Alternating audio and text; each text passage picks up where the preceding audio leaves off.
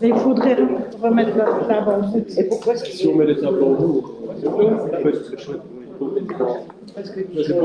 Pourquoi ce Nicolas n'est plus là-bas?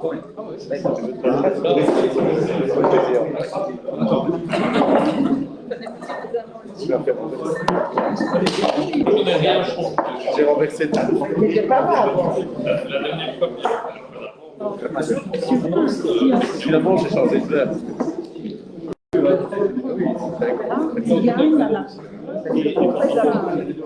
C'est la deuxième fois qu'on a mis comme ça. On connaît tous déjà un peu les autres. Attends, on va déconnecter le...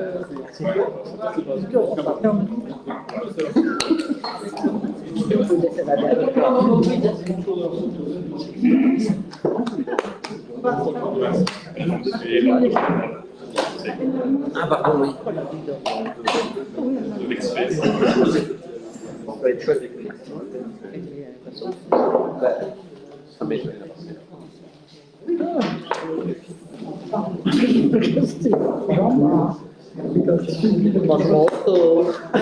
Oui, ça aussi, moi aussi.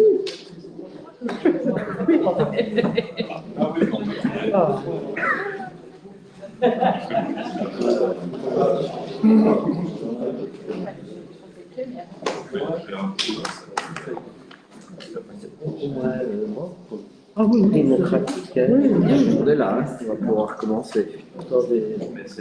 Oui. Personne. Tout le monde est là, on peut commencer? oui.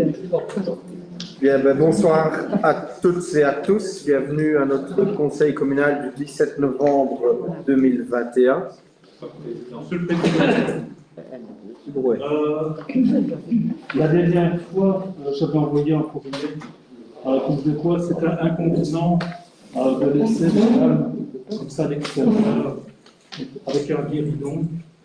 Monsieur Tasquin m'avait dit à l'époque que si j'avais un souci quelconque, que je n'avais qu'à lui signaler au début de la séance, et c'est pour ça que je vous le signale. Est-ce qu'il y a une possibilité d'aménager que tout le monde soit mis au même niveau? Parce qu'ici, on dirait qu'il y a des sous-conseillers. Je ne vois pas de table qui permettrait de faire ça au même niveau. Yves, est-ce que tu te sens comme un sous-conseiller? Je me sens comme Yves sans Laurent. Non. Mais ce n'est pas confortable. Voilà, mais...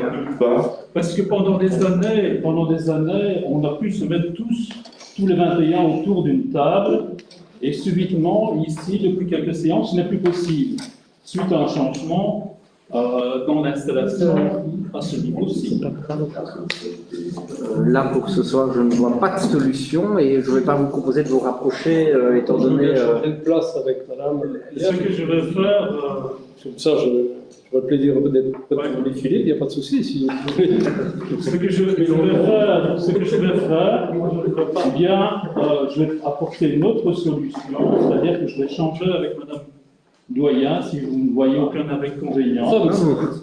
Et pour la prochaine Prom, ça va dire. Comment? Premier, proposé avant.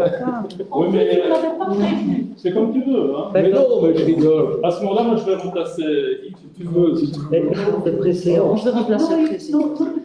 Non, mais vous ne voyez aucun inconvénient. Je ne vois aucun inconvénient au changement de place, non. Hein. Oui. Est-ce que vous pouvez prendre note pour le prochain conseil communal que le problème soit résolu? Parce que bon, ça fait 20 ans que je suis ici, et bien c'est les deux dernières Cette table qui va au prolongement de l'arbre. malheureuse. Mais si je peux me permettre, il y a un changement. Oui. C'est qu'il y a un président de séance qui n'est pas membre du collège, et donc il y a un président de séance qui doit présider. C'est la raison pour laquelle on se retrouve plus serré, parce qu'on doit mettre plus. Il y en avait 21, il y en a toujours 21. Ben oui, En fait, donc ça ne change rien globalement. Il y a juste eu un changement de place. Ben oui, il y a... Juste jouer à la chaise musicale, donc en théorie, ça ne change rien. On apprend aussi. Peut-être. Je crois que ça tient. Non, écoutez, je crois que ça tient simplement à la disposition des tables. Tout à fait. Celle-ci devrait se trouver dans le prolongement de celle-là. Oui. Et c'est tout simple. De votre temps, on n'a jamais eu de problème, madame. Et puis alors, la place des conseillers s'établit en fonction de la préséance. Exactement. Voilà. Ce qui n'est pas le cas ici, oui. En fait, c'est pas les mêmes places que les autres fois. En effet. Oui, mais moi j'ai changé, ce n'est pas moi. Ah, mais Ma nominette était là. je n'ai rien dit. Je me suis mise là. Je ne vise à personne, Madame Dorval, je ne vise à personne. Parce que je sais. Donc, Bien, ben, je pense que c'est acté, Monsieur le Directeur Général. vous avez changé de place. Je vous en prie.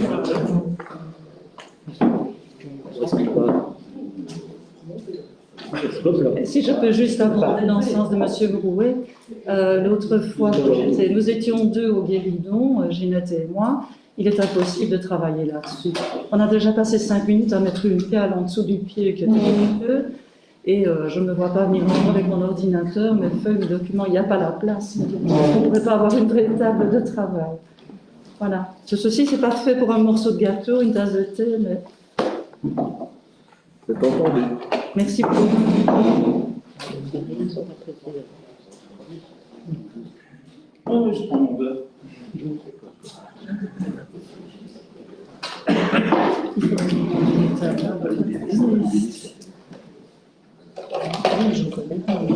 Bien. Maintenant que tout le monde est installé confortablement, ou en tout cas de façon... Je vais prendre mon siège, je me verrai à la limite. Ouais, mais tu l'as voulu.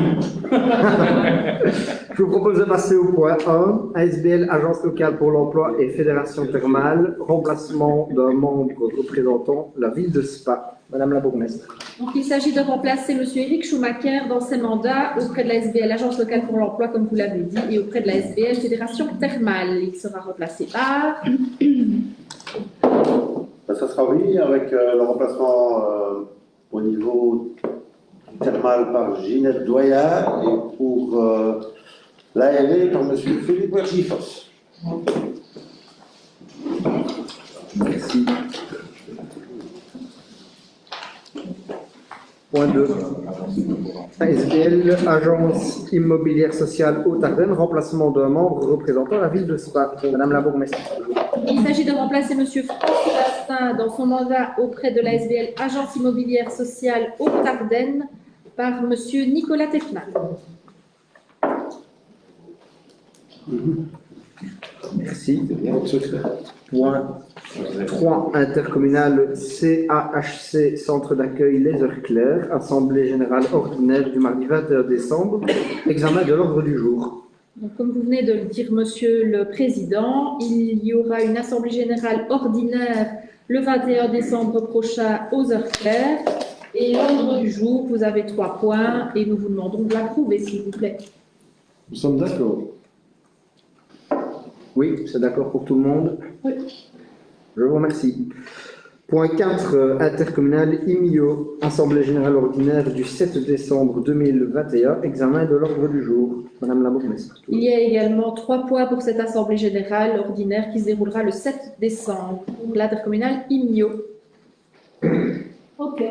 Ok pour vous, pour Ozon. SPA. Oui, oui. Madame la bourgmestre, je suppose que c'est un oui. Point 5, intercommunal Léo Mancio, Assemblée générale stratégique du jeudi 16 décembre 2020, examen de l'ordre du jour. Donc là, il y a 5 points pour l'intercommunal Néo-Mancio et c'est une assemblée générale stratégique qui se déroulera donc le 16 décembre prochain. OK. Ok, Ozon.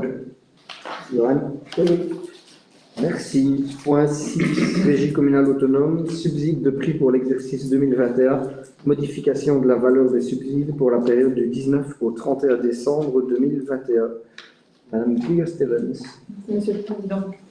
Le financement de la RCA est organisé sous forme de subside de prix. Le conseil d'administration de la RCA propose de modifier la valeur du subside qui avait été arrêté le 17 décembre 2020 à prendre en compte la fermeture de la piscine suite aux inondations de juillet et l'impact de la crise sanitaire sur les rentrées de la RCA.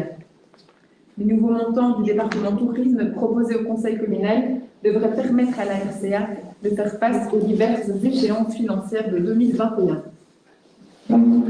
C'est OK pour nous. C'est OK pour Alternative Plus, pour Ozon.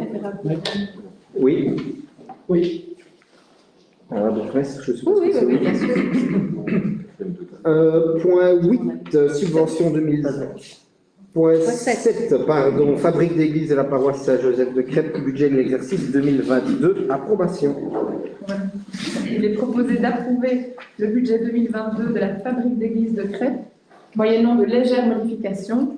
De petits travaux électriques et des travaux de peinture seront prévus au service extraordinaire pour un montant de 3 700 €. Le budget ne nécessite pas d'intervention communale. Le fonds de réserve ordinaire est alimenté à hauteur de 620,45 €. C'est oui pour alternative. C'est oui pour Alternative Plus. Pour Roson? Pour SPA? Et pour le MR? Oui. Point 8, subvention 2021, liste numéro 5, soutien au club sportif. C'est toujours pour vous. Donc ici, c'est une adaptation par rapport à une décision qui avait été prise par le conseil communal du 24 juin dernier. Donc on vous propose de réduire de 120 € le montant de la subvention à reverser au club de Jujutsu dans le cadre du mécanisme de soutien mis en place par la région wallonne en faveur des clubs sportifs affiliés à une fédération sportive reconnue par la Fédération wallonne de Bruxelles. En fait, le nombre d'affiliés qui avait été validé par la région wallonne pour ce club est de 25, alors que nous avions pris en compte 28 affiliés. Voilà d'où vient la différence. Des réactions? Pour Alternative Plus? Ok. C'est OK. Pour Roson? Ok. Oui. Johan? Oui, c'est bon. Oui. Oui.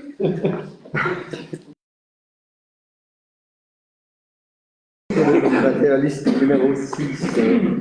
Alors, on propose d'octroyer une subvention de 1 500 € donc à la SCRL L'Aurore pour la rénovation de la salle. Et on vous propose d'octroyer une subvention de 5 000 € à la SVL Action Régionale pour la collectivité, qui est en abrégé ARP Service. On retire pour ce poids-là.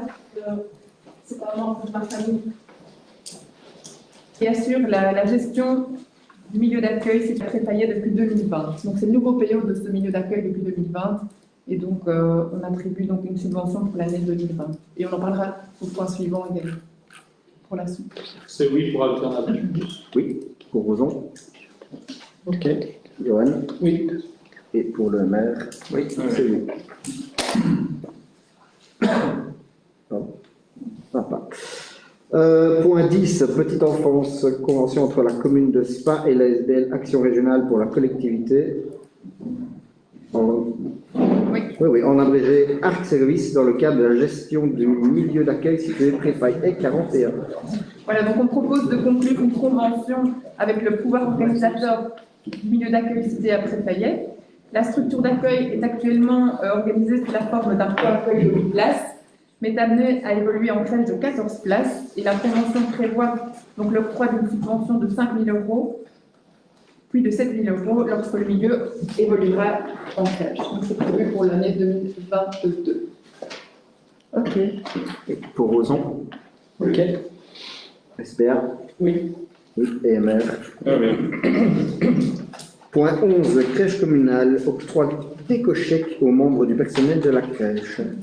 Voilà, donc il s'agit d'octroyer un éco-chèque de 250 € par équivalent temps plein aux membres du personnel de la crèche sur base d'un subside d'ONE. Donc en fait, c'est une prime de remerciement qui a été proposée par l'ONE en faveur du personnel de la crèche dans le cadre de leur travail en première ligne lors de la crise sanitaire quand elle était au plus fort du confinement. Voilà, donc on vous demande de voter pour l'octroi de prime d'éco-chèque en faveur du personnel de la crèche. Alternative? C'est oui. C'est oui. Johan? Oui. Madame la bourgmestre? Oui. Merci. Point 12, commune pilote Wallonie cyclable, approbation du plan d'investissement à soumettre à la tutelle. Johan? Oui, dans le cadre du plan Wallonie cyclable, pour lequel la ville de Spa est reconnue ville pilote, il y a plusieurs obligations qui en découlaient. La mise en place d'une commission de vélo, elle s'est réunie pour la première fois la semaine passée. L'audit cyclable, on sait qu'on a voté à l'unanimité le mois passé. Et également un plan d'investissement cyclable de la ville de Spa, c'est-à-dire 5 projets soumis à la tutelle qui ouvrent la voie à ce fameux financement de 300 000 €. Cette enveloppe de 300 000 € que nous souhaitons, je pense collectivement, puisqu'on avait déjà évoqué le dossier avec Fabienne à l'époque, consacrer à la jonction à Médès, vers le lac de Warfa, entre le rond-point Pierrot et le lac de Warfa. Donc il y a 5 projets, 4 petits projets, je dirais, au centre-ville, des connexions vers la gare, sur le réseau vraiment hyper-centre, et puis cette jonction plus grande, qui est quand même évaluée à ce stade, on est vraiment au stade de préétude à 1 million d'euros. Et donc, il revient au conseil communal d'approuver ce plan d'investissement, à noter qu'il a été approuvé à l'unanimité par la commission vélo qui s'est réunie la semaine passée. Voilà ce qu'on vous propose. Alternative plus. Nous approuvons le plan d'investissement. Merci. Pour Roson. Nous approuvons le plan d'investissement. Johan. Oui, ben, deux petits marchés de travaux en point 13. Non, je te demandais Je suppose que c'est oui, mais il faut quand même te l'entendre. Et Madame la bourgmestre. Oui, bien sûr. Voilà. Et Johan, on y arrive, c'est pour toi. Marché de travaux, voirie communale, réfection et entretien d'hiver, reconstruction de trottoirs et travaux annexes, tranche 2021, phase 1, création d'une connexion cyclable rue Alphonse Jacques, approbation des conditions du mode de passation et de financement. Oui, donc je présente ce point d'engagement actuel dont les services ont travaillé sur ce double dossier. Donc à la fois la jonction Alba-Body et la jonction Alphonse Jacques, il s'agit en gros d'une jonction cyclable depuis la place du monument empruntant Alba-Body et puis au carrefour Alphonse Jacques Alba-Body rejoignant la rue de la gare, pardon, et donc la rue de la gare, effectivement. Donc il s'agit donc d'approuver ici les marchés à la fois en point 13 pour Alphonse Jacques et en point 14 pour Alba-Body. Donc c'est bien ça. Voilà.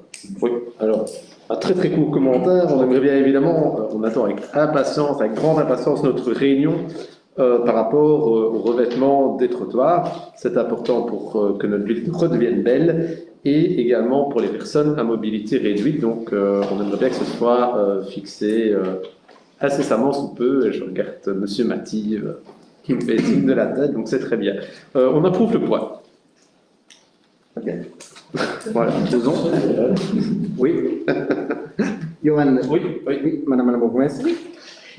Suite logique, alors, point 14, c'est marché de travaux, voirie communale, réfection et entretien d'hiver, reconstruction de trottoirs et travaux annexes, tranche 2021, phase 2, création d'une collection cyclable rue Alba-Body, approbation des conditions du mode de passation et financement. Tout a été dit, Président. Il s'agit ici, comme je le disais, d'intégrer une piste bidirectionnelle côté droit, sans toucher au parking, c'est important. On a maintenu le parking de part et d'autre. On est parvenu à intégrer une piste bidirectionnelle, ce qui implique par contre que la Alba-Body passerait, une fois les travaux terminés, définitivement en sens unique montant, avec une réduction légère du trottoir à droite de 80 cm, qui serait ramené à 80 cm à droite dans le sens montant, et le maintien d'un trottoir de 1,50 m sur la gauche. Voilà, c'est le projet qu'on vous propose d'approuver pour pouvoir lancer le marché sur la tranche 2021 des travaux de réfection de trottoir et annexes. Monsieur Brouet. Oui, on se réjouit de l'avancement de ces travaux, effectivement. Ce qu'on peut constater, c'est qu'on va réduire le trottoir du côté des écoles. C'est un peu dommage. Attends, non. Parce que c'est ce que côté droit, Johan vient Côté droit, c'est ça. à droite en montant. Oui, c'est ça, c'est Mais l'entrée principale des écoles est davantage réduite à l'heure actuelle. Mais en leur offrant par contre une connexion cyclable sécurisée pour les gamins. Effectivement, là, c'est toujours le problème dans des profils de voirie étriqués, on va toujours faire des choix. Ici, le choix s'est porté sur une réduction du trottoir de droite, sachant qu'on a toujours un trottoir d'1,50 m de l'autre côté et qu'on a une piste bidirectionnelle vraiment confortable, séparée des flux de trafic. Et donc, tous les utilisateurs, je dirais, retrouvent un maximum de sécurité. Mais par contre, effectivement, choisir, c'est éliminer, en l'occurrence, le trottoir de droite pour être un peu réduit. Il reste praticable, ce n'est pas non plus Et la séparation entre le trottoir et la piste cyclable, ça va être... techniquement, je peux donner les infos peut-être après le conseil, mais il y a une séparation physique qui est marquée. Ce ne sont pas des barrières, ça doit rester quand même assez léger. Il me semble que ce sont des éléments métalliques qui marquent les différences au sol. Mais ça reste effectivement léger. Et donc votre vote? Oui, hein. Oui, merci. Pardon. Johan? Oui. Madame la bourgmestre? Oui. Point 15, marché de travaux, rue Gilles Houda, remplacement de l'égouttage et réfection de la voirie, approbation des conditions, du mode de passation et financement. Paul. Oui, les travaux planifiés sont la conséquence des dégâts récurrents constatés à l'occasion des orages ces dernières années. Une dégradation progressive de l'infrastructure publique a été constatée malgré l'implantation d'un des bourbeurs au pied du chemin représentant la colline, remontant la colline. Les travaux consistent essentiellement dans les phases suivantes: remplacement de l'égouttage effectué par une canalisation de 250 mm, installation d'une canalisation de recueil des eaux de ruissellement de diamètre 115, raccordement des descentes d'eau pluviale et rejet d'eau usée des bâtiments riverains, construction des chambres de visite et adaptation du déversoir au carrefour de la rue Louis, placement de caniveaux large capacité en travers de la voirie pour reprise des eaux de ruissellement, démolition de la chaussée existante, remplacement d'une sous-fondation en recherche, construction d'une fondation en béton maigre, pavage de celle-ci en pavé de béton tambouriné de ton bleu-gris, nuancé et teinté dans la masse à l'aide de granulats naturels, et construction d'un filet d'eau centrale en pierre bleue. On vous demande de décider d'approuver le cahier des charges et également le montant estimé des travaux, qui est de 146 644 €, de passer le marché par la procédure négociée sans publication préalable et de financer la dépense par le crédit inscrit au budget extraordinaire, et la révision des prix est applicable à ce marché. Monsieur Brouet. Oui, pour répondre, on peut enlever son masque, parce que je vois que M. Maty le fait. Donc, Mais Madame la bourgmestre, vous avez dit que quand on était à la parole, on l'a oublié. oui, ça, on n'a pas eu ce genre de communication. Ben, j'ai laissé mon masque pour présenter tous mes points, ça ne me dérange pas, Ouais. personnellement. Je Parce que préfère. tout à l'heure, moi, je n'ai pas bien compris Johan, donc ça ne me dérange pas. alors. Non, tu peux enlever ton masque si tu souhaites, Ça va. si tu souhaites l'enlever. Voilà. Ok. Mais je n'ai pas de remarque à faire. C'est bien. Super. Votre vote alors, s'il vous plaît. Oui, Oui. Parfait. Osons. Oui. Oui, Johan. Oui. Madame la bourgmestre. Oui. Point 16, séance du conseil communal du 14 octobre 2021, approbation du procès verbal. Y a-t-il des remarques? Non, on peut donc l'approuver. Je vous remercie. Communication. Alors, les questions dans l'ordre dans lequel nous les avons reçues, c'est pour Alternative Plus. Je pense savoir que Ozon a une question identique à la vôtre, donc si Ozon peut la poser, comme ça on ne répond qu'une fois, ce serait sympa. La parole est de toute façon à Alternative Plus pour commencer. Oui, on voudrait bien savoir ce qui s'est passé exactement avec la course de candidat. Pourquoi est-ce qu'elle a été annulée? Moi, je n'ai pas compris. Oui, donc nous on a précisé simplement que c'était une ASBL, donc pas la ville qui l'organise, mais donc simplement dans d'autres communes ça avait l'air de se produire, donc pourriez-vous nous expliquer les raisons de cette décision? Voilà. C'est Johan qui va. Entre-temps, je pouvais peut-être préciser aussi qu'on n'avait pas vu le PV, évidemment, voilà pourquoi la question est aussi. Parce qu'effectivement, ça nous permet, d'avoir une très belle illustration finalement entre la réalité d'un dossier qui est très terre à terre, technique, fonctionnelle, factuelle, et puis la réalité parfois un peu délirante qu'on peut retrouver sur les réseaux sociaux, qui est alimentée peut-être par des positions comme matamoresques les uns et les autres, qui suscitent elles-mêmes des commentaires des gens, et ce ne sont généralement pas des prix Goncourt qui les formulent. Donc voilà, entre la réalité factuelle et la réalité d'un dossier, et la réalité, je dirais, sur le web, il y a vraiment un fossé. En l'occurrence, l'organisateur qui s'est exprimé, on le regrette, aurait simplement dû lire ou relire la décision qui lui avait été transmise, puisque le collège, en date de mardi passé, avait simplement décidé, je cite, de ne pas autoriser l'organisation de la corrida de Spa telle que présentée par l'organisateur et d'inviter ce dernier à proposer un autre parcours. Alors, c'était pas juste, ça ne sortait pas de notre chapeau, c'était suite à un rapport défavorable de la zone de police qui avait analysé le parcours et qui en avait conclu que si on autorisait l'événement dans ces formes-là, il fallait simplement fermer complètement le centre-ville. On se privait même d'une forme de déviation possible via la rue Anster. Et le rapport n'était pas désagréable. Il formulait évidemment cette observation et en plus formulait une recommandation de tracé alternatif qui permettrait à l'événement d'avoir lieu.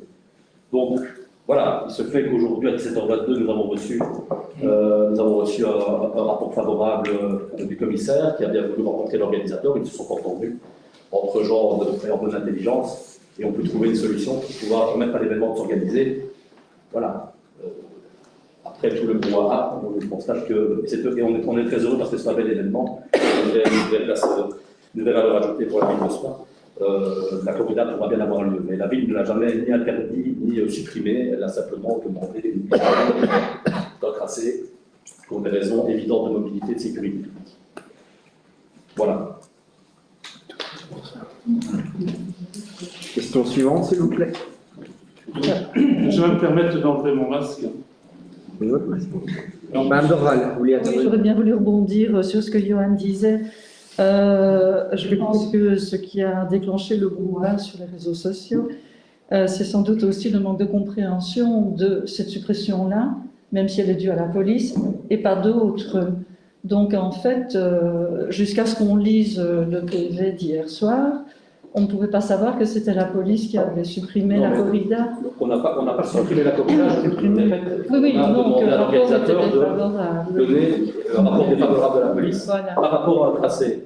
On a demandé simplement à l'organisateur qu'il révise son tracé pour permettre à l'événement d'avoir lieu dans les Oui, ça j'ai bien compris. Mais c'est important parce que les mots ont leur importance. On n'a pas supprimé la corrida. Malheureusement, l'organisateur n'a visiblement pas suffisamment lu le courrier qui lui était adressé. Il aurait pu simplement dire ok, on va réviser un peu notre copie et tout va bien se passer. Il n'y avait pas besoin de faire des grandes déclarations, même si la frustration, même si on sait que c'est compliqué pour des organisateurs, des petits organisateurs, de devoir se confronter à la réalité finalement administrative. Et je peux comprendre la frustration, mais dans le cas d'espèce, il suffisait simplement de petite réunion d'une heure. Elle a eu lieu, tout le monde est content, l'événement aura lieu, c'est le principal, et on souhaite un très beau succès à cette organisation. Ok, ce que je voulais dire, c'est est-ce que le tollé qui a été provoqué autour de ça n'est pas dû au fait que les gens ne comprennent pas pourquoi certaines manifestations ne peuvent pas se faire et pourquoi d'autres oui? Est-ce qu'il y a des raisons, par exemple, qui font que le marché de Noël ou le marché long pouvait avoir lieu et pas, par exemple, la corrida ou la foire au mois? Je pense que peut-être les citoyens ne comprennent pas bien ce qui prélude à certaines interdictions. Pardon, mais et il y a peut-être il va avoir mieux. Ce qu'il y a, c'est que, étant donné qu'il court sur la route, il faut dévier les voitures et le tracé présenté initialement ne permettrait pas une déviation par la rue Anster, ce qui en général a lieu pour les autres manifestations. Le mail que l'administration a envoyé à l'organisateur est clair, je l'ai ici. Nous invitons à proposer un autre parcours.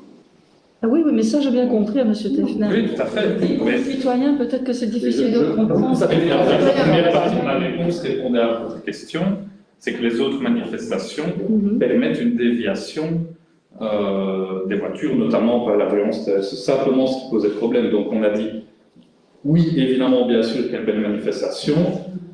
Pouvons-nous, s'il vous plaît, revoir légèrement le tracé afin que cette manifestation puisse avoir lieu et que les voitures puissent être déviées, tout simplement. Et pour compléter, je ne vais pas faire venir là-dessus, mais la ville de Spa accueille, je pense, près de 200 événements par an. Et effectivement, derrière, il y a toute une machinerie qui est peut-être un peu trop opaque pour les citoyens. Ça, je l'entends bien. Oui, voilà. Parce qu'en plus de la couche sanitaire, la promesse doit gérer les enjeux de sécurité, les enjeux de service de secours. Il y a toute une série d'enjeux de couches qui superposent, qui fait qu'à un moment, effectivement, le collège est parfois amené à prendre des décisions et à réorienter. Mais ce n'est pas toujours de gaieté de cœur, mais quand on occupe l'espace public, il y a des réglementations et des règles à respecter pour le bien commun, pas juste pour emmerder les gens, pour le bien commun. En l'occurrence, c'est dans le cas d'espèce, elle ne l'était pas, et donc il fallait revoir la copie. Mais Spa est quand même, je pense, depuis plus de 20 ans maintenant, une vocation dans son ADN à accueillir des événements de toute espèce, et c'est une ville qui vit aussi au travers de ces événements. Donc, peux pas faire ce procès non plus. Ah, mais il n'y avait pas de jugement dans ma question. Je dis simplement, quand on a une information brute comme ça, on ne comprend, ou peut-être, mais ça les gens ne savent pas, on ne comprend pas pourquoi ceci est permis, pourquoi cela ne l'est pas. Et peut-être parfois communiquer en disant ceci ne peut pas se faire parce qu'il n'y a pas de déviation possible. Voilà. Ça va, j'ai mon explication. Mais... Laurent. Et moi, je voulais simplement revenir, vous allez me dire que je reviens souvent sur les mêmes idées, mais je me souviens qu'on a eu un conseil communal à l'époque avec Charles, qui était échevin, et concernant une charte des organisateurs. Je pense que c'est important de remettre quand même pour l'organisateur, qui ne vient pas comme ça, qu'on ouvre, je veux dire, les portes grandes ouvertes, il y a des contraintes, il y a des choses, et il y a peut-être un processus qui doit être expliqué, et peut-être, a fortiori, le remettre. Je me souviens quand même des rétrofolies, c'était quand même un peu juste aussi. Le marché aux noix, j'ai lu quand même aussi dans le PV d'hier soir qu'il y avait quand même des petits soucis aussi d'implantation, de choses comme ça. Donc je trouve que ce serait vraiment bien de plancher, une fois pour toutes, pour cette charte des organisateurs, qui permettrait de canaliser et d'encadrer un peu, de part et d'autre, et la relation de la ville avec l'organisateur, et ainsi de suite, et les retombées locales aussi, et d'en profiter aussi pour pouvoir mettre ça par écrit. Mais j'en profite juste pour dire que c'est dans le PST et c'est une action 2022. Donc, ça se mettra bien. Voilà. Mon rêve sera exaucé. Tu as attendu longtemps quand même. Je vais juste rappeler Je veux juste rappeler qu'on a une ou un invité surprise, c'est la pandémie. Je pense que par rapport à ça, il y a beaucoup d'adaptations à faire et c'est ça la grosse contrainte. Et puis on doit suivre une directive fédérale qui change tout le temps et qui est en train de changer ce soir. Donc on essaie de s'adapter. Hein. Ouais, mais je pense que le code organisateur passe par différents niveaux et nous on informe. Mais oui, mais s'il est mis qu'il faut l'accord de la police, c'est important que l'organisateur le sache aussi avant de commencer parfois à communiquer des choses. Ça, ils le savent. Ouais. Parce qu'ils reçoivent tous le même document à remplir et ils savent que c'est soumis. Visiblement, il y en a qui ne respectent pas. Si. La plantation de marché au noir. Merci. Monsieur Brouet, je pense que c'est vous qui dites la question suivante. Vous aviez l'œuvre sur une bonne lancée. Il y a une digression, je pense, non? Donc ma question, c'était la dégradation du trottoir devant le café de Jonas, au coin de la rue entre le pont et la rue du marché. Les dégradations du trottoir étaient balisées par une barrière. J'ai pu constater que depuis ma question, il y a une évolution, parce qu'il y a plusieurs barrières qui ont été installées, même une lampe pour signaler le danger. Donc, le but de mon intervention, c'était que la déviation dirigeait les piétons vers les passages pour piétons de la rue du marché et du boulevard des Anglais. La distance étant importante entre les passages pour piétons, un certain nombre de piétons prend le risque de passer à travers le trottoir endommagé, ce qui ne sera plus faire maintenant avec les balises tandis qu'autrement, autrefois, il y avait une barrière qui était mise comme ça, comme vous avez pu le voir sur les photos que je vous ai transmises, ou bien il traversait la chaussée devant le marché de vélo. Donc ma question était, peut-on porter à notre connaissance quand les réparations vont être effectuées? Quel est l'appénétrant responsable? Et si une solution provisoire ne peut pas être initiée après plus de 3 mois de cette situation sans accident à ma connaissance, il y a une solution provisoire que j'ai pu constater que vous avez faite il y a 2-3 jours, qui aurait très bien pu être faite il y a beaucoup plus longtemps. Donc, je vous écoute. C'est pas ça que je dois le rappeler, c'est sur le domaine du SPV. Donc, cet SPV a pris en mesure s'imposer ce qui n'a pas été fait. Et alors, à plusieurs reprises, on le rappelle, en tout cas, mais je crois qu'ils sont noyés, hein, je dis ça entre guillemets, par toutes les demandes qu'ils ont eues concernant les inondations. Et ça traîne un petit peu, et nous ne savons pas encore quand ils vont s'attaquer à cette problématique-là. Ce n'est pas une petite problématique, hein, c'est pas remettre quelques pavés sur le trottoir. Hein, donc, il n'y en a que du en dessous. Il faut refaire toute cette lignée-là, sinon on aura encore des problèmes. Donc c'est un problème assez important quand même. Donc, comme vous le savez très bien, aussi, en cas de défaut du SPW, c'est à la commune de prendre en charge. Attendez, prendre en charge après rappel, bien entendu. Hein. Oui, mais je dis bon, si vous avez un danger et que le SPW n'intervient pas, c'est à la commune d'intervenir comme vous avez intervenu il y a 2 jours. Nous avons intervenu puisque nous avons mis un barriérage. Donc voilà. Il y a 2 jours, mais c'est une solution qui pouvait déjà être prise depuis bien plus longtemps. Bien sûr, tout peut toujours aller plus vite. Hein. Oui, bien sûr. Et tout, quand le SPW a travaillé un peu plus haut, il aurait très bien pu travailler également à cet endroit. Bon, parce que ce n'était pas le même service. Donc c'est le service des routes de Stavelot qui doit faire le travail. Et dans le cadre de plus haut, hein, devant le magasin Vélo, ce n'était pas le cas. C'était pas eux. Donc, comme vous avez des contacts assez rapprochés, justement, avec la traversée de Spa, on a pu croiser même l'ingénieur qui était présent. Aux fonctionnaires qui étaient présents lors de cette réunion-là, et on lui a encore rappelé. Vous l'avez encore rappelé? Bien sûr. D'accord. Mais enfin, moi, ce que je suis heureux, c'est que maintenant, il y a un balisage qui est convenable. Très bien. C'est une bonne chose qui aurait très bien pu être faite il y a plus longtemps. Parfait. Monsieur Morland. Monsieur Maty, juste parce qu'on parle de trottoir, devant le nouveau magasin qui vient de s'ouvrir, place verte, on a enlevé des pavés et il y a un risque de se trébucher. C'est qui? C'est la ville? C'est le gaz? C'est l'électricité? Enfin, je peux citer le nom, le magasin Nelson. Nelson, pardon. C'était Daniel Guardi. Oui, oui. Près de chez Franck, Ben oui. Je ne sais pas vous dire, c'est un concessionnaire de barils. Donc c'est le gaz ou l'électricité. Je ne sais pas vous dire. Qu'est-ce qu'il rappelle? Est-ce qu'il le rappelle? On sait la suite parce que c'est. Cette question-là n'était pas à l'ordre du jour. Ah, excusez-moi, mais enfin, je profite. Je veux bien me renseigner et vous donner le renseignement. Oui, excusez-moi, monsieur Maty. Non, non, sans problème, je vous donnerai le renseignement. Ça va. Question 3, s'il vous plaît. C'est encore moi? Donc, ça concerne la manifestation de Spa Rallye 2021. En parcourant la news le 28/10/2021, on apprend que le rallye de Spa Rallye a lieu les 4 et 5 décembre. En parcourant le site de la ville, on s'attend à trouver un peu plus de détails, parce que bon, c'est dans les manifestations qui ont lieu. Hélas, en dehors des heures de début et de fin de rallye, rien comme information utile. Pour un commerçant, impossible de savoir à quel endroit, à quelles heures les voiries sont bloquées dans le centre-ville de Spa, où se trouvent les chapiteaux ou tonnelles, à quels endroits des places de parking sont réservées, où se trouvera le parc d'assistance, etc. Or, le week-end de Saint-Nicolas est un moment important commercialement. Serait-il possible, pour le futur, ou même pour cette manifestation, que les commerçants soient mis au courant par la responsable de la dynamisation commerciale des informations que je vous demande ci-dessus? Je ne vise pas ici de Spa Rallye. Il y a d'autres manifestations dont on s'interroge également de leur étendue.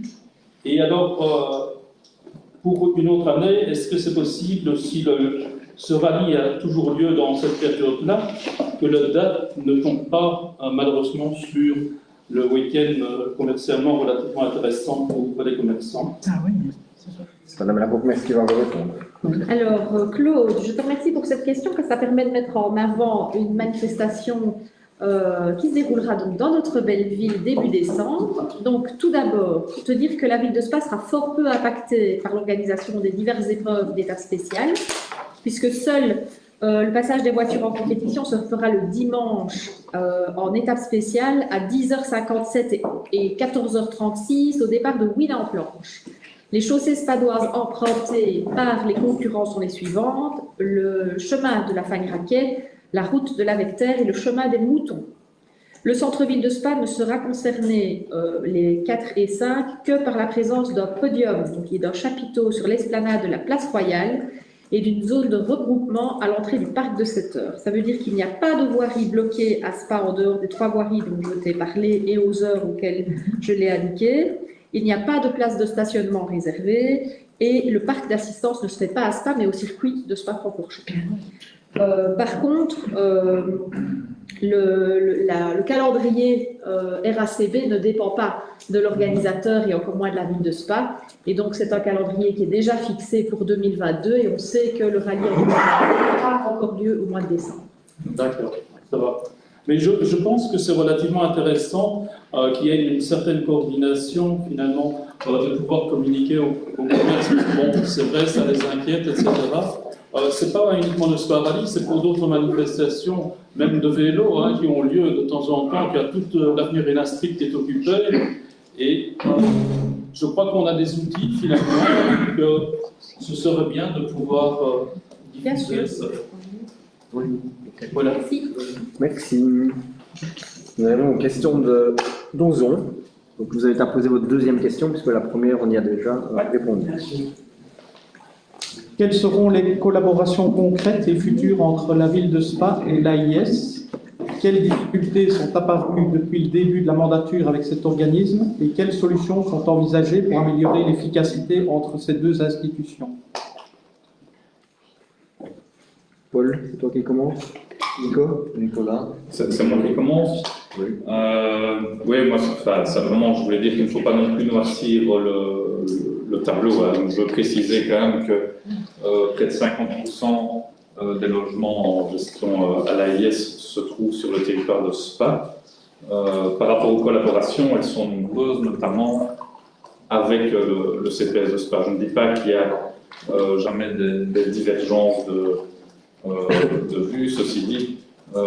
Dès l'instant où il s'agit de travailler efficacement dans l'intérêt des Spadois qui font appel à l'AIS, la collaboration est particulièrement efficace et concrète.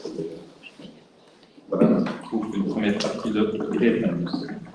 La deuxième partie, c'est pour le logement. Un logement qui a dans ses compétences deux choses.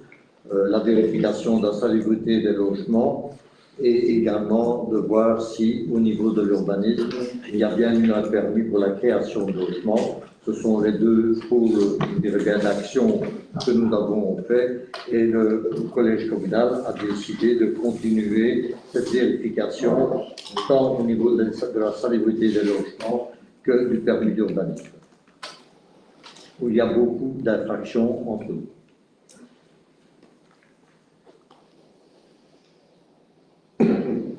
Voilà. Et voilà. C'est bon pour vous. Troisième question, s'il vous plaît. Merci, c'est une question de suivi. Lors du dernier conseil communal, nous avons, à notre initiative, voté à l'unanimité une motion pour préserver les caillebotis de la faille de Marchand.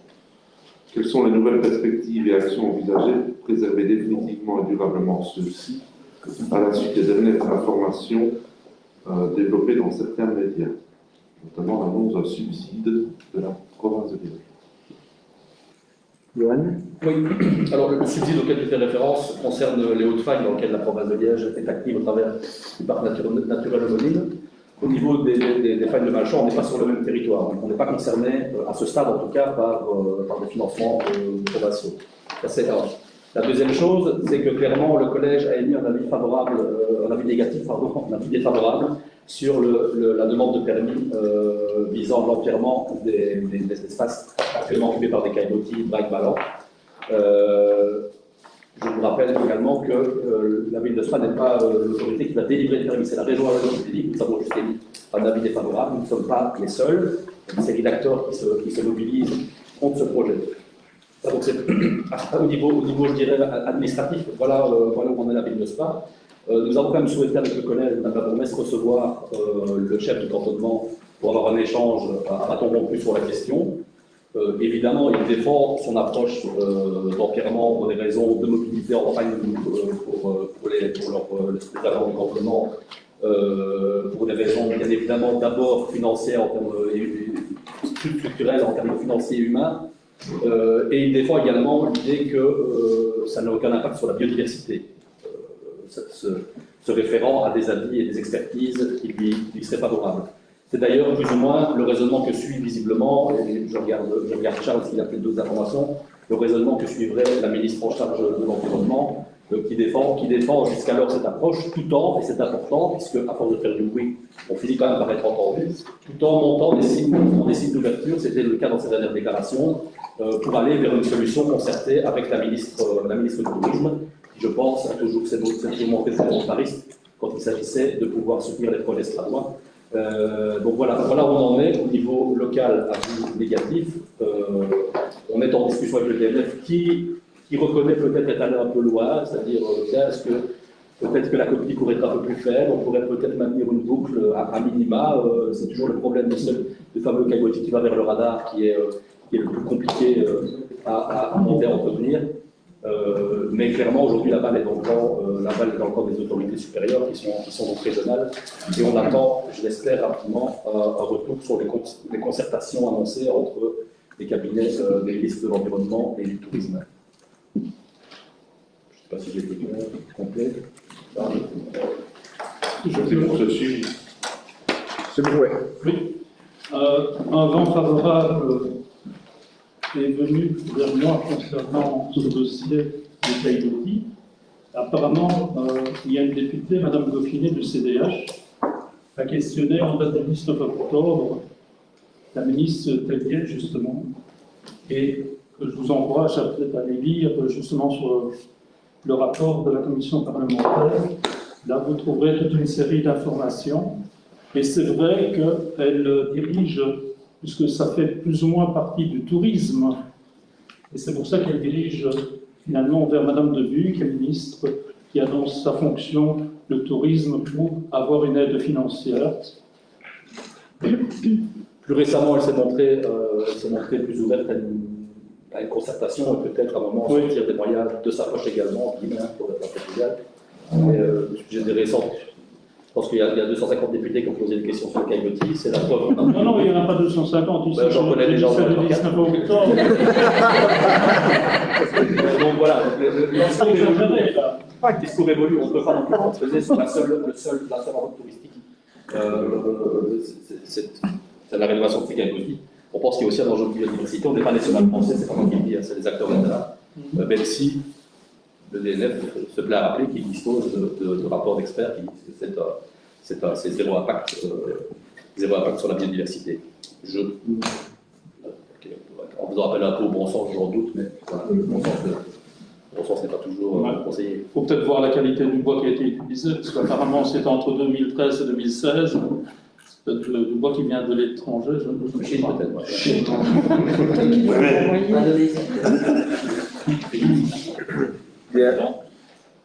Si je peux juste compléter, moi je suis très heureux d'entendre qu'une députée CDH dépose des questions. Ça a été fait à nombreuses reprises, notamment par Charles. Il y a un vote à l'unanimité du conseil communal où on a tous un peu des relais. J'ai un peu échangé avec Yves et je sais qu'il a des relais également du côté CDH qui sont prêts à s'enquérir de ce dossier-là. Ce qui serait pas mal aussi, c'est que la ministre Tellier ne fouille pas ses responsabilités. C'est vrai que ça touche aussi au tourisme. On entend une ouverture de la part de la ministre Debuy.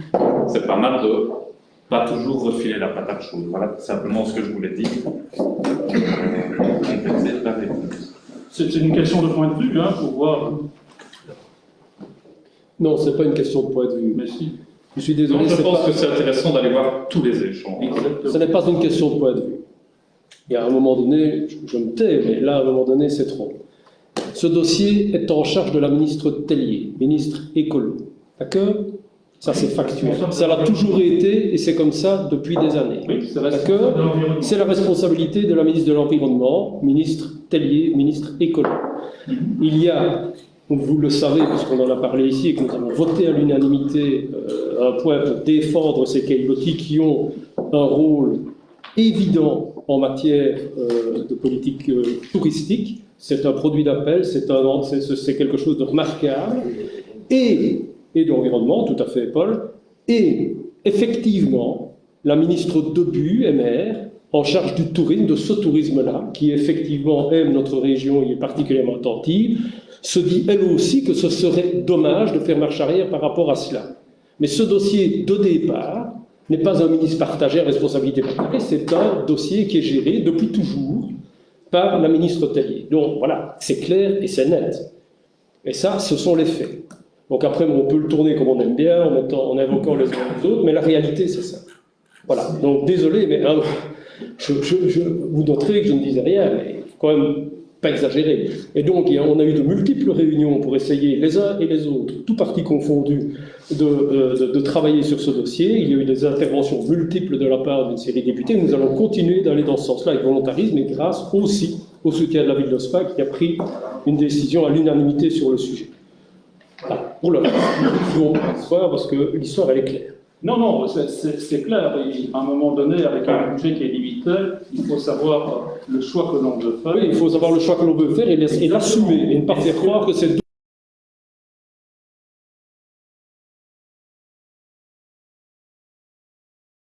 voilà. On peut être d'accord. Je pense qu'on s'éloigne des pouvoirs communaux, messieurs. Bien que le débat soit relativement intéressant, on a de fait... Pas relativement. Intéressant. Voilà. Je vous propose de passer au point complémentaire. Donc le premier point complémentaire, l'ordre du jour dont l'inscription a été demandée par la conseillère communale, Madame Dorval. Madame Dorval, je vous écoute. Alors, il concerne l'amélioration de la diffusion et des présentations lors des conseils communaux. Et considérant qu'une totale transparence doit être respectée dans le débat démocratique du conseil communal, que l'information aux citoyens est primordiale dans le processus de démocratie participative, j'y arrive, considérant qu'un projecteur ou un tableau interactif permettrait aux mandataires et surtout aux spectateurs du conseil communal de visualiser les documents, que ce soit des photos, des plans, et de mieux comprendre les explications fournies sur les points débattus, considérant qu'il serait pédagogique et moderne d'utiliser les outils numériques de notre temps, que dans les écoles, les universités et les entreprises, ces outils sont désormais usuels et nécessaires pour une complète information. Considérant la fiche 31 du PST, acquérie pour 2020 un écran de projection, ce qui est fait, mais qui devrait être idéalement suivi du projecteur ad hoc en toute réunion. Considérant que les projections devront se faire face à la caméra pour que les spectateurs en salle ou sur YouTube puissent voir les documents de façon idéale. Considérant que la qualité sonore des retransmissions du conseil communal est mauvaise et qu'il conviendrait d'y remédier, ainsi que déjà demandé lors du conseil du 12 mai, dans un point complémentaire d'Alternative Plus. Et ici, nous allons vous passer un extrait. Nous avons une bande-son.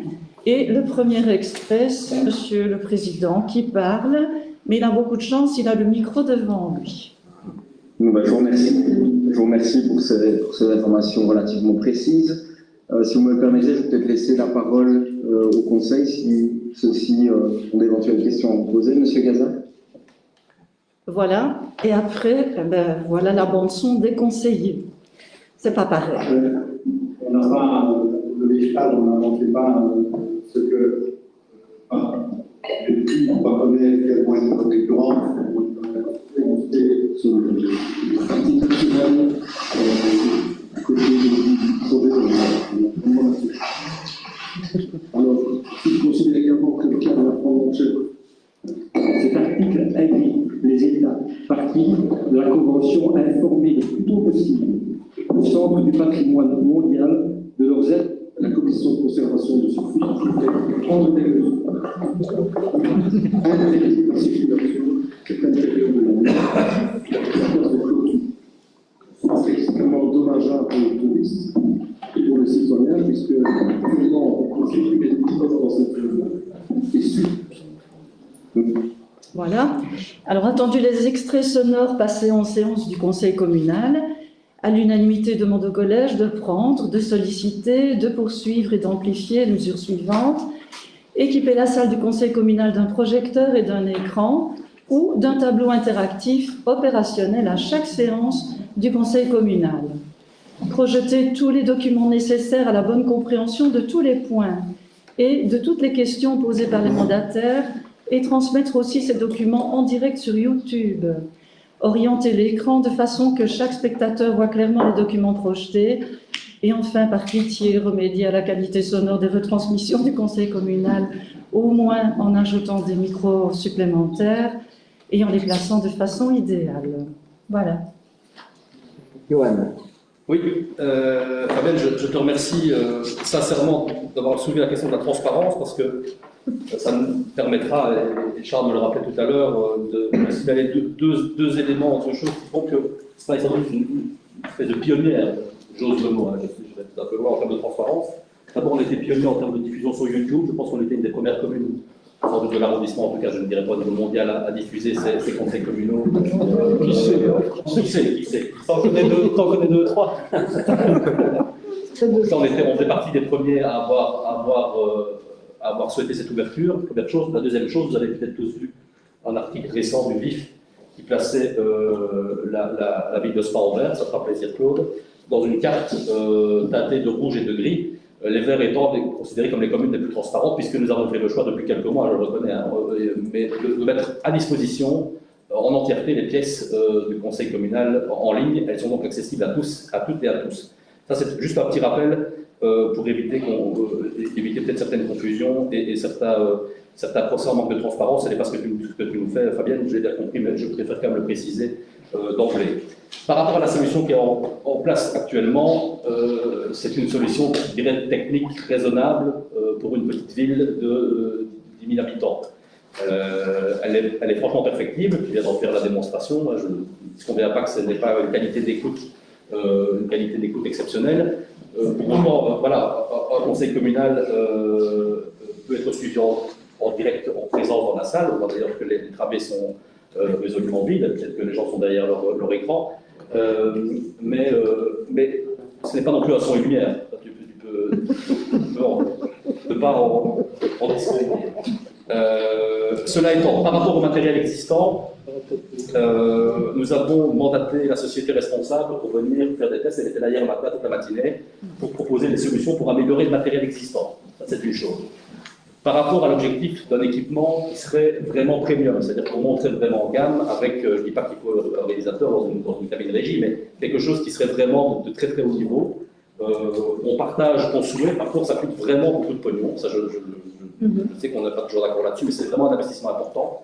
C'est pourquoi, lors d'un récent collège, nous avons souhaité répondre à un appel à projet de la région Wallonne qui s'appelle, tu as compris le nom, Tax on Pylons, du ministre des Pouvoirs locaux, qui permet à des administrations des pouvoirs locaux, du coup, de proposer des projets visant à améliorer l'orientation usagée, la transparence administrative et l'inclusion des publics plus éloignés.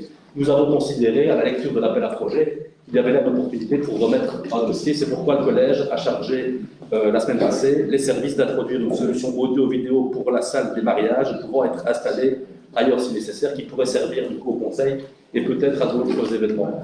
Ça nous permettra en tout cas à un moment de vraiment monter de gamme, parce que nous considérons que, moyennant peut-être quelques aménagements complémentaires qui vont être, je l'espère, faits par la société responsable, c'est vraiment le seul moyen qu'on voit pour pouvoir concéder cet investissement qui nous paraît important pour une petite ville.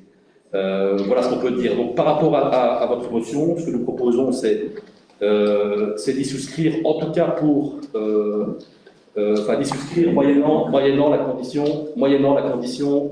de subsides complémentaires. C'est-à-dire que ne peut pas y souscrire sur nos fonds propres, mais si nous allons au bout de cet appel à projet qui sont revenus, voilà. Donc je faudrait peut-être réécrire la motion pour permettre, en tout cas, voilà, est-ce qu'on pourrait le formuler? Excusez-moi, je n'ai pas réfléchi à ça en fait. Voilà, un peu plus court. Demande au collège de prendre, de solliciter, de poursuivre et d'amplifier les mesures suivantes. S'intégrer dans la dynamique de l'appel à projet Tax on Pylon en vue d'équiper la salle du conseil d'un projecteur, d'un écran, d'un tableau interactif opérationnel à chaque séance du conseil pour améliorer la qualité sonore. Sur l'utilisation que vous souhaiteriez en faire, j'ai bien compris que vous voulez un tableau interactif pour que chaque conseiller puisse projeter des images, des vidéos, etc. À ce stade-ci, la majorité ne souhaite pas totalement fermé à l'idée qu'il puisse avoir sur certains éléments, dans certains cadres, des projections et du matériel audio et images, mais d'en faire systématiquement un spectacle du PowerPoint, ça ne nous semble pas, en tout cas, ça ne nous semble pas possible, envisageable. Ça, c'est quelque chose que nous, on ne peut pas comprendre. Parce qu'il n'y a pas de participation citoyenne ou de démocratie participative à partir du moment où des documents tels que par exemple les photos tout à l'heure qui accompagnaient nos questions ne sont pas visibles par tout le monde.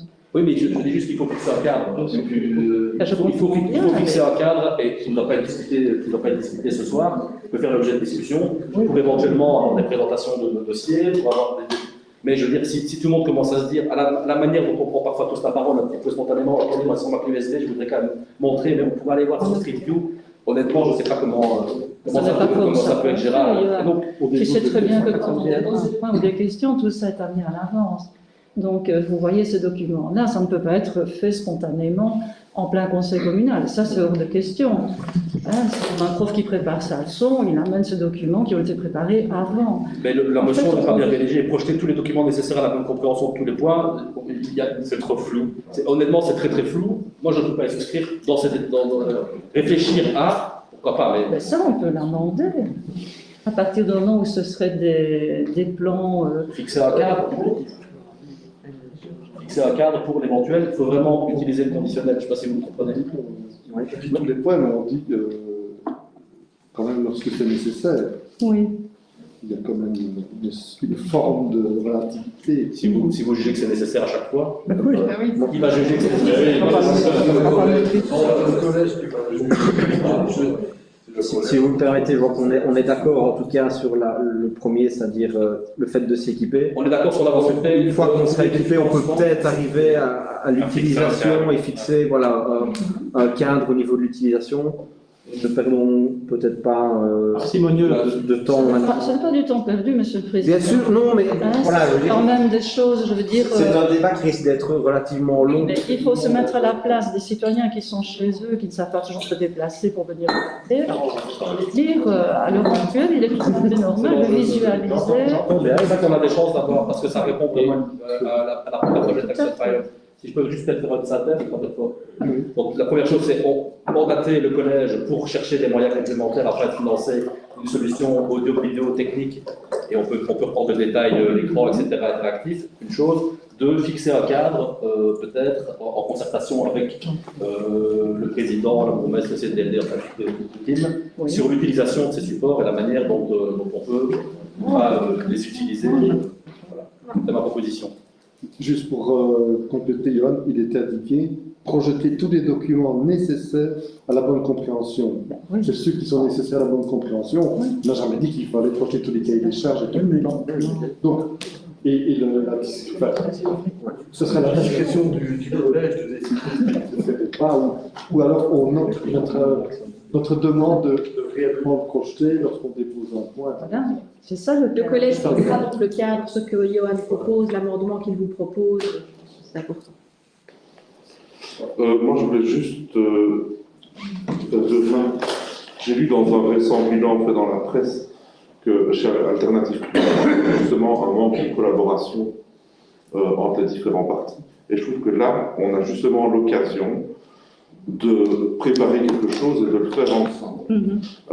Et donc, effectivement, je crois que, je ne sais pas, je pense qu'il ne faut pas nous accrocher ce soir au texte de votre motion, mais justement profiter de l'occasion pour discuter, essayer d'arriver à une solution qui sera concertée avec tout le monde, qui vous conviendra, qui conviendra au même. Je crois que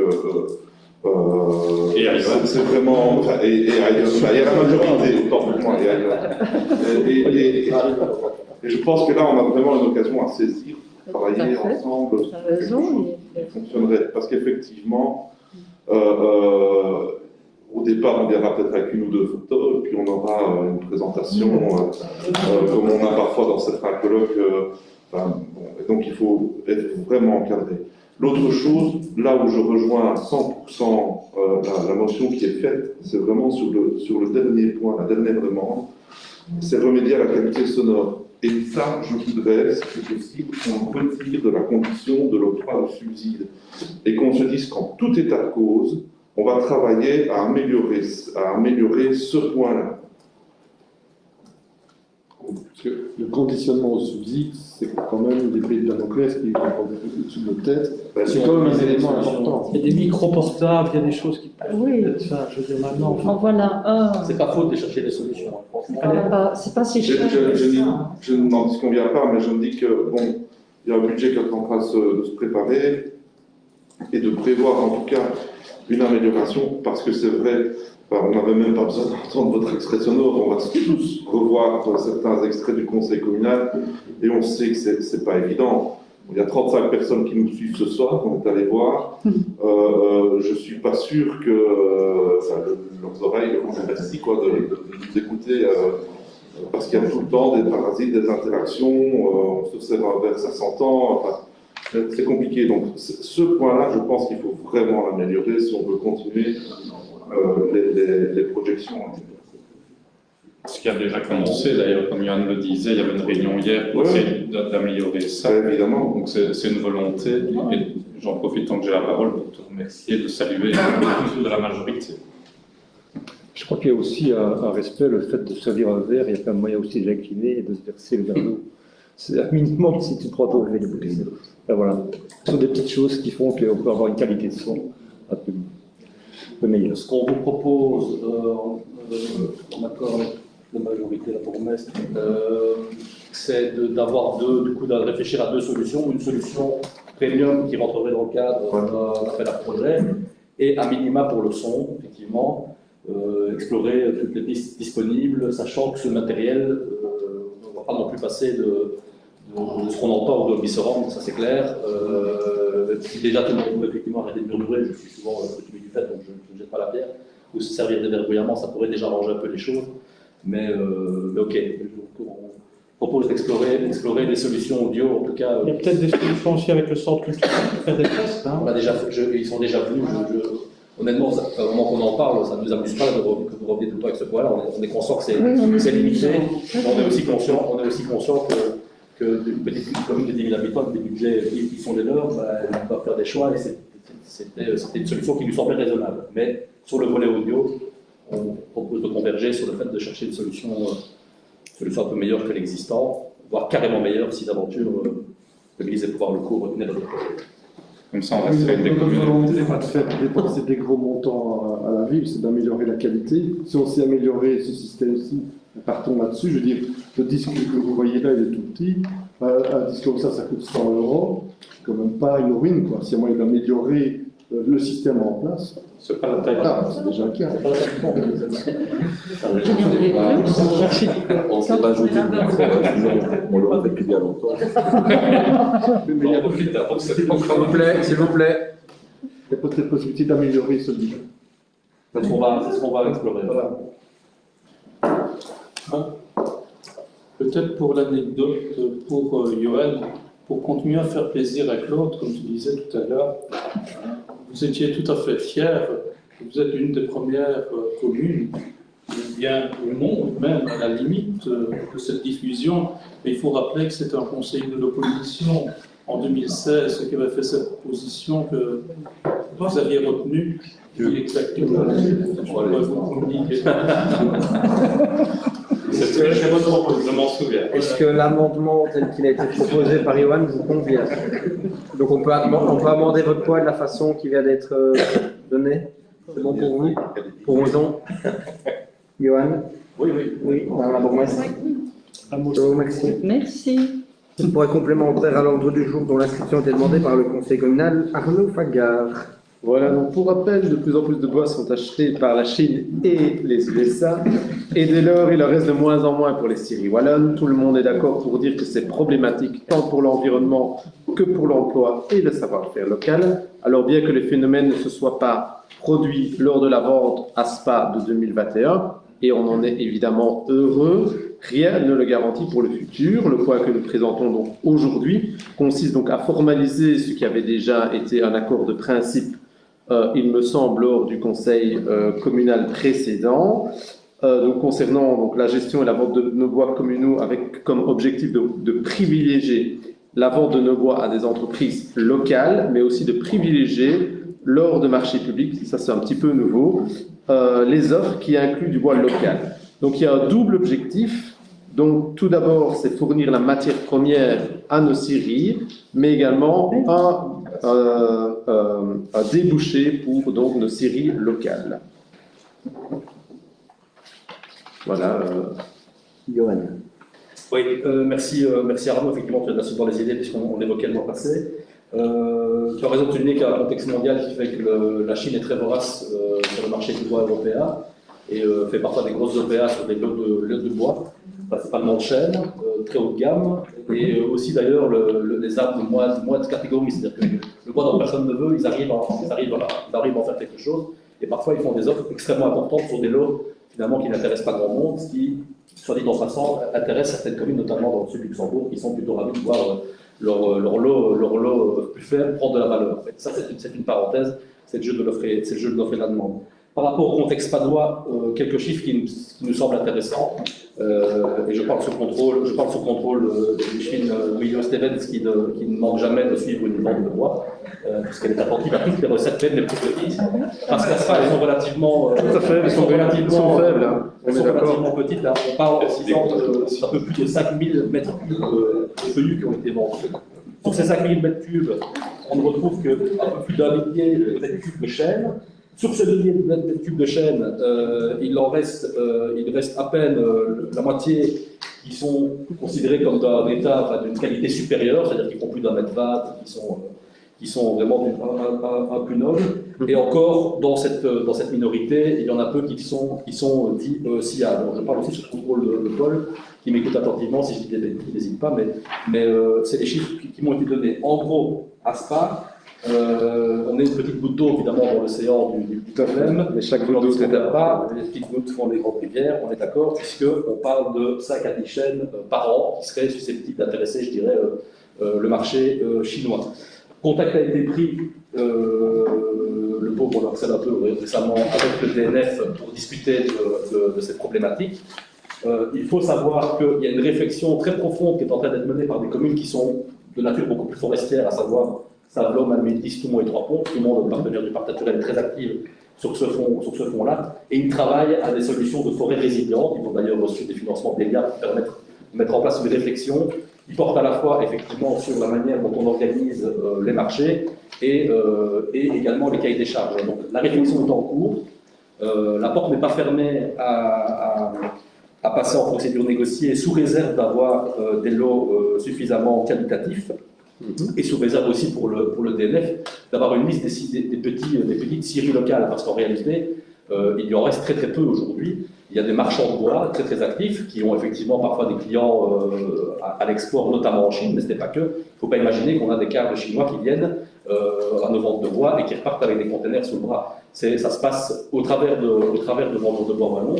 Les petites scieries, il en reste visiblement très peu. Il y en a une d'ailleurs qui pourrait émerger. On a une demande récemment, de manière assez amusante, que les choses se croisent pour une nouvelle scierie sur la ville de Spa. Mais ce sont visiblement quand même des activités qui sont relativement isolées. Donc pourquoi pas la procédure négociée, mais avec une série de conditions. Pareil pour les plus petits lots qui permettraient de quoi des petites scieries de rentrer dans le marché avec des lots de maximum 35 000 €. Idem, mais c'est en cours de réflexion, je dirais. Et sur les clauses valorisant le bois local dans les cahiers des charges, il y a effectivement un label qui s'appelle bois local qui existerait. À voir si on peut en faire une clause aussi en termes de marché européen, etc., exclusive ou de la rédhibitoire ou qualitative. Ça, on n'a pas la réponse. Donc, en gros, ça veut dire qu'on est tout à fait raccord sur les objectifs, sur les moyens, visiblement aussi. Le DNF et d'autres communes beaucoup plus concernées par l'activité forestière se posent ces questions-là, mais les réponses ne sont pas encore venues et il me semble un peu prématuré pour le Conseil de les figer aujourd'hui dans une décision. Donc, il faudrait peut-être ouvrir la réflexion sur avec quelque chose de ce goût-là. Plutôt que de dire prendre ces mesures, plutôt ouvrir la réflexion sur ces mesures à prendre. D'accord, donc décide de tenter par tous les moyens de remplir les objectifs. Oui. On a vraiment du mal à Spa à avoir des lots. D'abord, on a peu d'exploitation, je le disais. On a du mal à avoir des lots de haute qualité, c'est-à-dire que ils vont faire des lots, ils vont faire des coupes à blanc, et tu vas avoir quelques chênes qui vont être mélangés avec d'autres espèces. Et ces lots, donc c'est difficile d'avoir des lots un peu extra qui intéresseraient ça reste compliqué, mais c'est faisable. Ça demande des changements de méthode aussi en termes de coupe, avec des coupes un peu décalées. Enfin, il y a toute une série d'enjeux aussi logistiques pour le cantonnement, dont ils sont conscients parce qu'ils partagent des préoccupations qui sont les nôtres, mais qui méritent voilà, d'être opérationnalisé, sachant qu'il y a une grosse réflexion qui est menée, et je les en remercie, par des communes voisines. D'accord, oui. J'allais dire, de toute façon, la vente de bois, la prochaine vente de bois, c'est seulement dans plusieurs mois. Donc on a en quelque sorte, dans une petite année, donc on a finalement le temps de se pencher sur ce sujet. Et c'est une bonne nouvelle ici. Il y a une nouvelle scierie qui va s'implanter sur la commune de Spa. Ce serait une excellente nouvelle. Nouvelle. Voilà. Il n'y a pas que le chêne, les bois blancs sont importants aussi. Bien sûr, oui, je prends le chêne parce que c'est la star chez Gis, comme exemple. Merci. Pas d'autres réactions? L'amendement proposé vous convient? Oui. Oui. C'est bon pour vous alors, pour Roson? Oui. Johan, je suppose que c'est bon pour toi, Madame la Bourgmestre? Oui. Je vous remercie. Point complémentaire numéro 3, dont l'inscription à l'ordre du jour a été demandée par le conseiller communal, Franck Gazard. Merci. Donc, ce que nous proposons au conseil communal, c'est un point relatif à la rénovation de l'ensemble architectural des arcades. Donc, dans les considérants, on peut relever que la ville de Spa, avec d'autres villes, est inscrite au patrimoine mondial de l'UNESCO. Il existe un plan de gestion pour rencontrer ces objectifs UNESCO. Il y a un plan d'action qui en résulte. Qu'il y a lieu de soutenir les propriétaires de biens dans la rénovation des éléments particuliers du patrimoine spadois. Comme comme la plupart d'entre nous l'ont constaté, l'état sanitaire de l'ensemble architectural des arcades situées rue Rogier n'est pas satisfaisant. Et il est à noter que le bien est repris à l'inventaire du patrimoine immobilier et culturel et qu'il participe à la structuration urbanistique de la rue et constitue un témoin significatif de l'architecture héritée du XIXe siècle. C'est un extrait de la fiche de l'EPIC qui mentionne l'intérêt de cet ensemble architectural. Ce que nous proposons au conseil communal, c'est de solliciter le collège et de demander à l'échelle du patrimoine la convocation de la commission du patrimoine de la ville pour examiner le bien et émettre des recommandations pour sa restauration. Et deuxièmement, contacter les propriétaires de cet ensemble architectural dans le but de dégager des solutions pour sa restauration. Paul, oui. Merci, Président. Le bien des arcades est composé de 5 parcelles bâties avec 3 propriétaires différents. Donc ça complique, je dirais bien, la tâche, bien entendu, d'une action sur un bien. Il s'agit de 3 biens différents. Vous verrez tout de suite que la partie de droite a été rénovée il y a, à mon avis, une bonne vingtaine d'années. La partie de gauche a été complètement délaissée, mais il y a quand même une excellente nouvelle, c'est qu'un permis d'urbanisme a été délivré pour la partie de gauche, qui appartient, je dirais bien, au restaurant contre cette partie-là.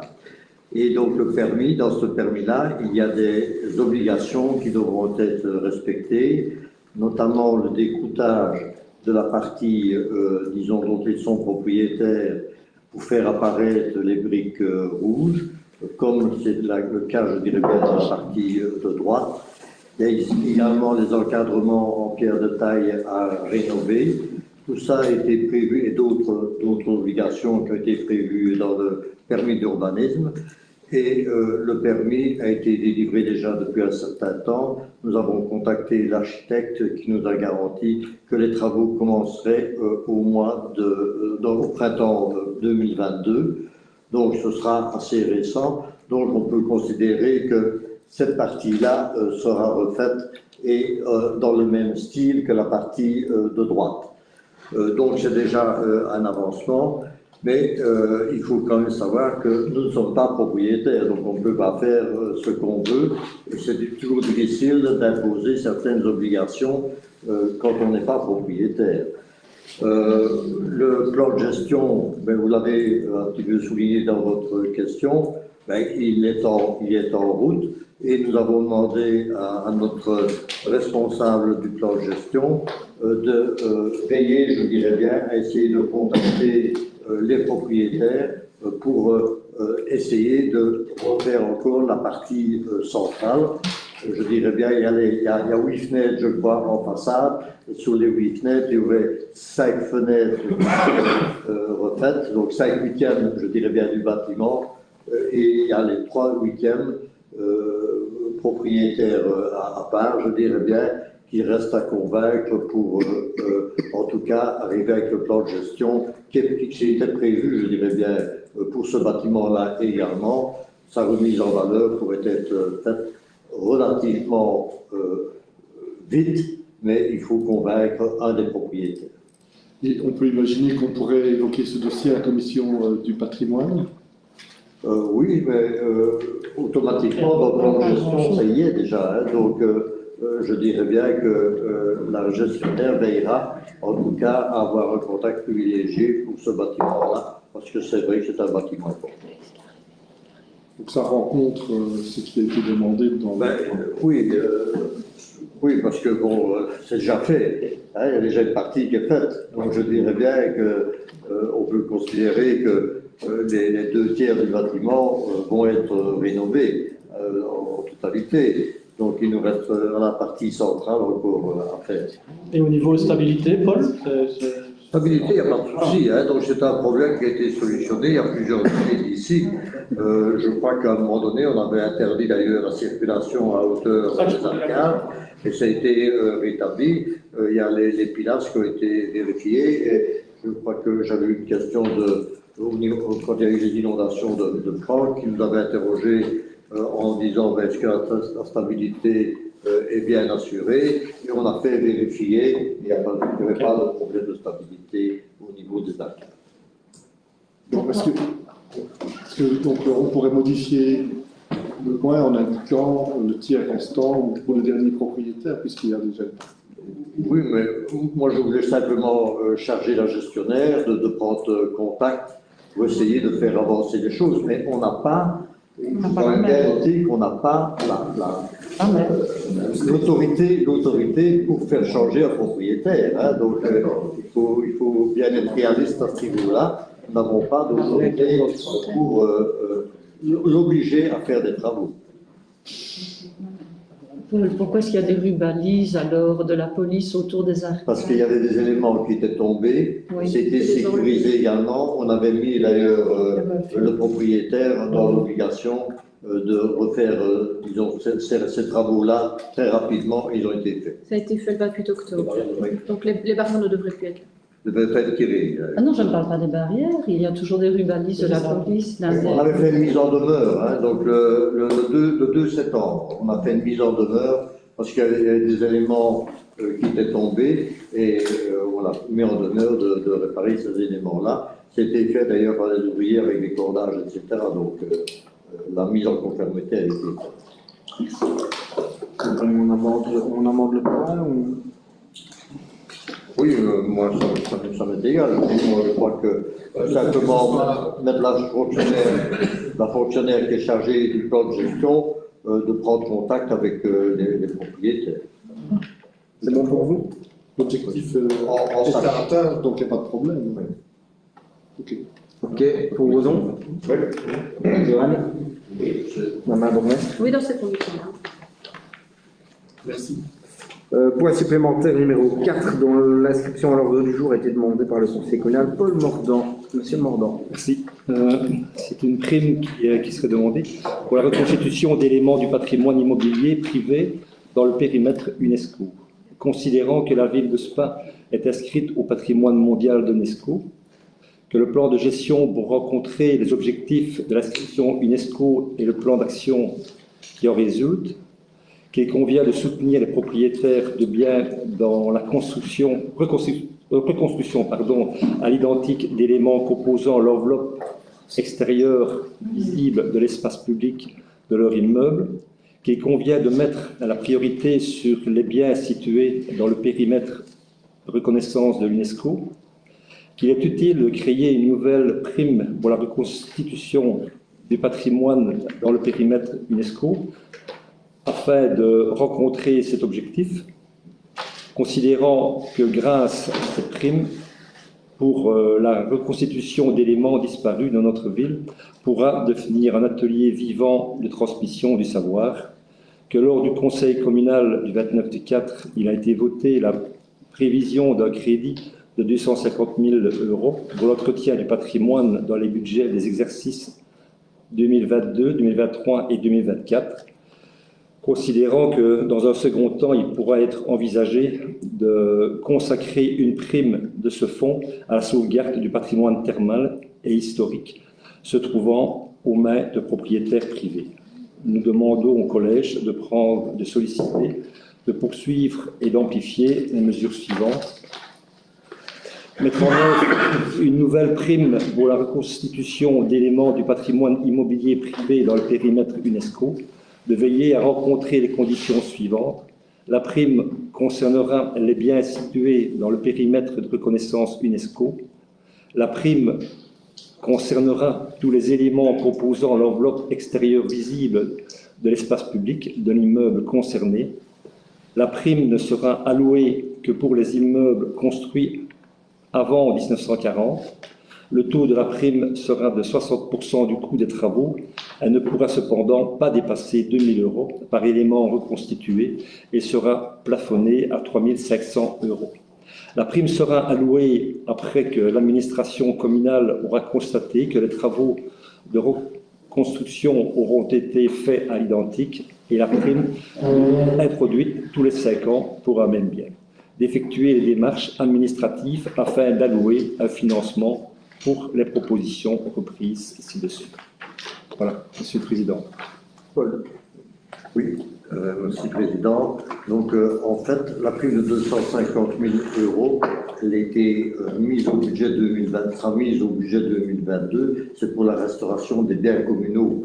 Hein, donc, c'est quelque chose qui n'a rien à voir avec ce que vous demandez. Donc, vous ne pouvez pas dire dans les 250 €, on va consacrer de l'argent à la restauration des mythes de particularité patrimoniale. Donc, c'est quelque chose à part. Par contre, ce qu'on a proposé dans le budget 2022, c'est d'augmenter la prime à la restauration de façade et d'inclure dans cette prime à la restauration de façade des primes pour, je dirais bien, la restauration de biens patrimoniaux, ou en tout cas d'objets patrimoniaux. Donc, voilà ce qui est proposé et on vous donnera une modification du règlement de restauration des façades avec, je dirais bien, inclure dedans la restauration de biens à connotation, je dirais bien, patrimoniale. Mais naturellement, ça demande une réflexion qui dit il faut d'abord définir ce qu'est un élément du patrimoine immobilier, comment elle pourrait être liée dans certains cas à la prime pour le petit patrimoine populaire par exemple. Pourrait-on envisager un octroi pour une partie de bâtiment? Oui, non. Donc il y a encore une série de choses à mettre au point pour modifier en tout cas ce qui existe aujourd'hui, la restauration de façade, pour inclure le patrimoine immobilier. Donc, on proposera lors d'un prochain conseil communal, je dirais bien, un nouveau règlement qui inclura les deux notions.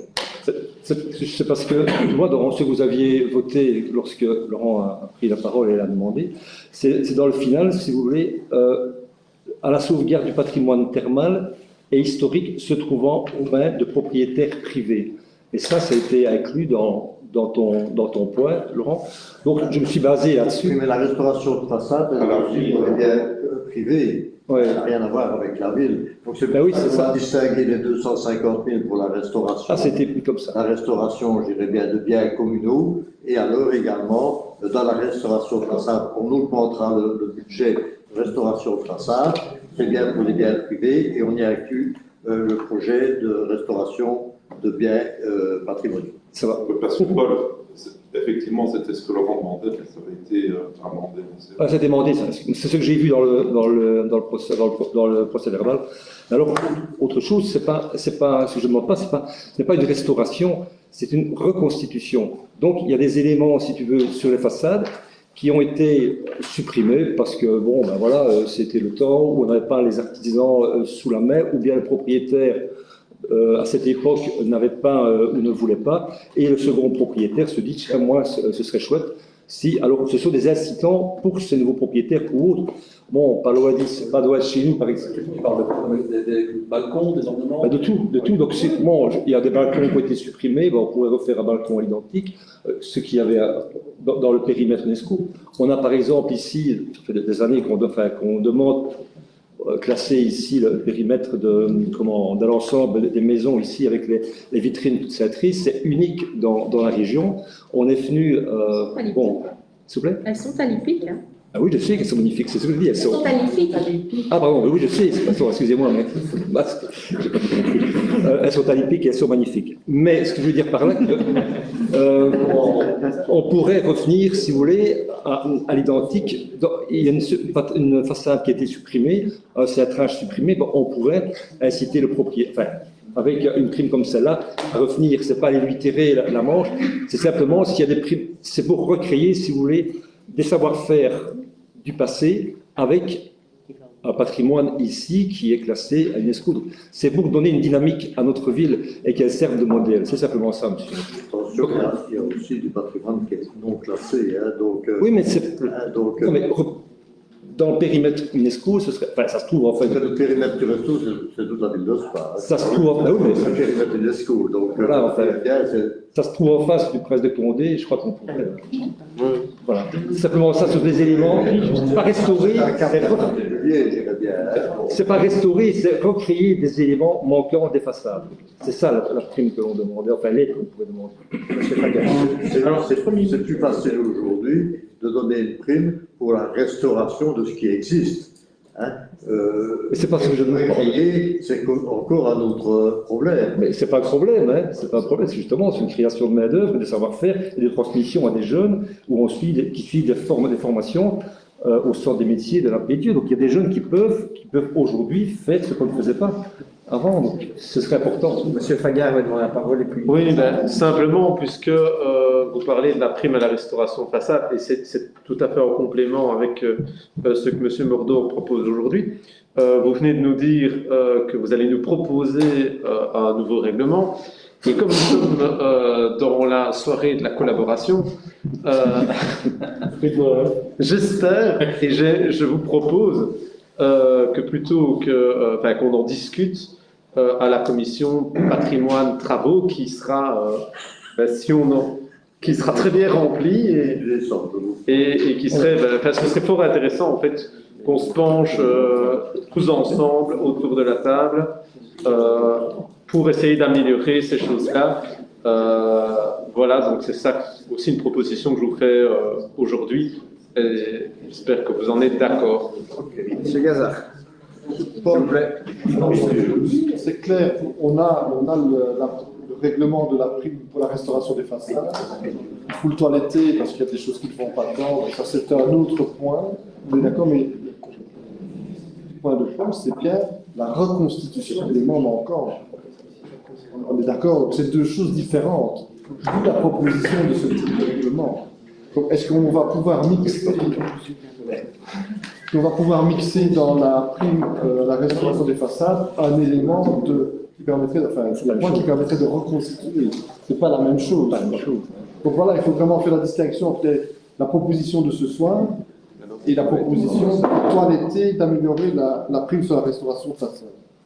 Peut-être envoyer en commission comme monsieur Gazard l'a suggéré. Oui, sur des assistants. Monsieur le Président, sur des assistants. C'est bon pour vous, on renvoie en commission? Parce que là, écoutez, la commission ne s'est plus réunie depuis le mois de juin. Mais je pense que monsieur Mathilde vient de vous dire qu'elle a été le mois de juin. Décembre. Des anciens termes. Un travaux, ça, non? Pas moi, hein. Oui, mais c'est pas la même chose. C'est pas patrimoine, ça c'est les travaux. Mais non, on l'attend avec impatience. Voilà. Est-ce bon pour vous, on renvoie en commission? Oui.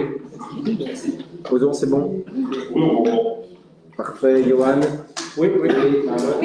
Très bien. Ceci clôture notre séance publique du 17 novembre 2021. Claude, pardon, t'en prie. Pour illustrer ce que Paul disait pour la reconstitution, on a un exemple tout à fait intéressant lors de la dernière réunion de la CCATM. Il y a un rez-de-chaussée commercial qui avait été créé dans la rue de la Poste. Et alors, la personne reconstruit comme c'était auparavant. Donc, c'est pour expliquer la reconstitution. Vous n'avez qu'à regarder dans le dossier de la CCATM du 26 octobre. On en parle justement. Ça donne vraiment... Auparavant, à l'origine du bâtiment. Pardon? À l'origine, quand tu dis auparavant, c'est vraiment... Oui, à l'origine du bâtiment. Maintenant, ça peut faire... Et lors de cette réunion-là, j'ai interpellé qu'il fallait faire attention pour pouvoir l'accessibilité aux personnes à mobilité réduite. Oui, c'est rue de la Poste, quoi. C'est au quoi? Merci. Et donc, ceci conclut notre séance publique de notre conseil communal du 17 novembre 2021. Je pense qu'on peut souhaiter une bonne soirée aux gens qui se sont déplacés et ceux qui nous regardent sur Internet. Merci, M. le Président. Je vous remercie.